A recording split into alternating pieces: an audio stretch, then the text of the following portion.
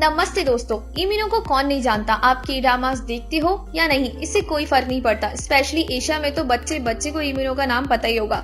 तो आज हम डिस्कस करेंगे कुछ सरप्राइजिंग फैक्ट्स के बारे में जो काफी फैंस को शायद ना पता हो। तो चलिए शुरू करते हैं। हम सबको पता है कि he is one of the biggest and popular actors around the globe. शुरुआती करियर में उन्हें उनके स्टेज नेम यानी इमीन से जाना जाता था, पर क्योंकि कोरियन में इसका मतलब इमिग्रेशन होता है तो लोगों को दिक्कत आती थी उसे इंटरनेट पर सर्च करने में, which is actually kind of funny. इसके बाद उन्होंने अपना रियल नाम इमिनो ही यूज करना शुरू कर दिया।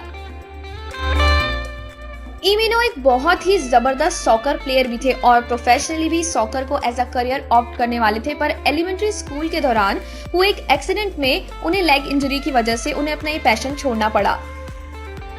जंग इल वू जो कि कोरियन एक्टर ही है, इनकी और इमिनो की बहुत गहरी दोस्ती है, जस्ट लाइक बेस्ट फ्रेंड्स। दोनों नेबरिंग स्कूल्स में जाते थे और इनकी पहली बार मुलाकात तब हुई जब जंग इल वू उनके स्कूल में एक फेस्टिवल अटेंड करने आए थे। ये बात उन्होंने एक इंटरव्यू के दौरान बताई। उन्होंने कहा कि उन्होंने इमिनो के चमकते चेहरे को दूर से ही स्पॉट कर लिया था। इमिनो के 2 और कार एक्सीडेंट्स हो चुके हैं। पहला तो एक डेडली कार एक्सीडेंट 2006 में हुआ था जिसमें इमिनो जंग इल वू के साथ 2 और दोस्त भी थे। एक्सीडेंट के बाद सिर्फ इमिनो और जंग इल वू ही सरवाइव कर पाए। इमिनो 1 महीने तक कोमा में रहे थे और इसके साथ वो लगभग 1 पूरे साल के लिए हॉस्पिटलाइज थे। दूसरा एक्सीडेंट सिटी हंटर के सेट पर हुआ था। बॉयज ऑन फ्लावर्स ड्रामा ने उन्हें स्पॉटलाइट में खड़ा कर दिया। उनके कैरेक्टर गो जन प्यो को काफी प्यार और फेम मिली। उन्हें कई हॉलीवुड में कास्ट करने के लिए ऑफर्स आए। अब जाहिर सी बात है, कोरिया के सबसे बड़े एक्टर उन्हें ऑफर्स क्यों नहीं आएंगे। उन्होंने मेंशन किया कि वो अपनी लाइफ में कोई भी स्टेप ऐसी नहीं ले लेंगे।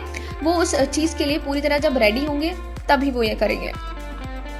इसके साथ ही इमिनो बहुत ही टैलेंटेड सिंगर भी हैं। उनके अपनी 3 एल्बम्स के कई सारे सिंगल्स भी आज तक हमने देख लिए हैं।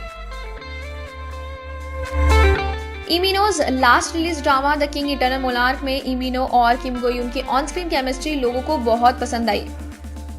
इसके अलावा वो ऑफ स्क्रीन भी काफी अच्छे दोस्त हैं। इमिनो को एक बार बताया था कि जब उन्हें पता चला कि उनके अपोजिट किम गो यून है तो उन्होंने हाँ कह दी थी, क्योंकि किम गो यून उन मोस्ट वांटेड एक्ट्रेस में थी जिनके साथ वो काम करना चाहते थे।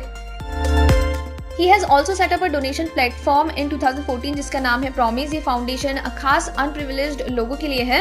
इसका नाम 2 वर्ड से मिलकर बना है, एक तो प्रॉमिस और दूसरा उनके फैन बेस मिनोज। उन्होंने कई मूवीज में काम किया है जिसमें से एक है Gangnam blues starring Kim Raewon. With इमिनो मूवी में स्टंट्स करते वक्त उन्हें काफी दिक्कतें आई थी उनकी पुरानी इंजरीज की वजह से, बट इसके बावजूद उन्होंने मूवी में रिमार्केबल परफॉर्मेंस दी है।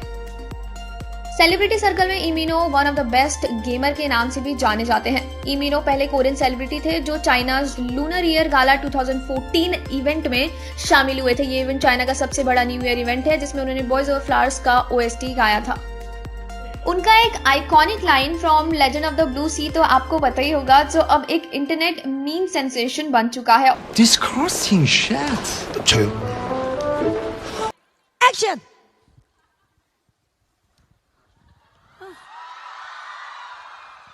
아빠가 폰콜 하랬는데 이 셀폰이 배터리 아웃돼서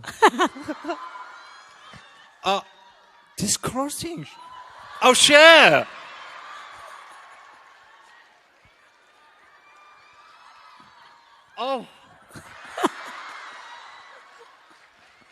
여기서 나요. और एक्सक्लूसिव अपडेट्स के लिए आप बने रहिए हमारे चैनल के साथ। तब तक के लिए be safe and be happy. Thank you so much guys, and please like, share and subscribe to our channel.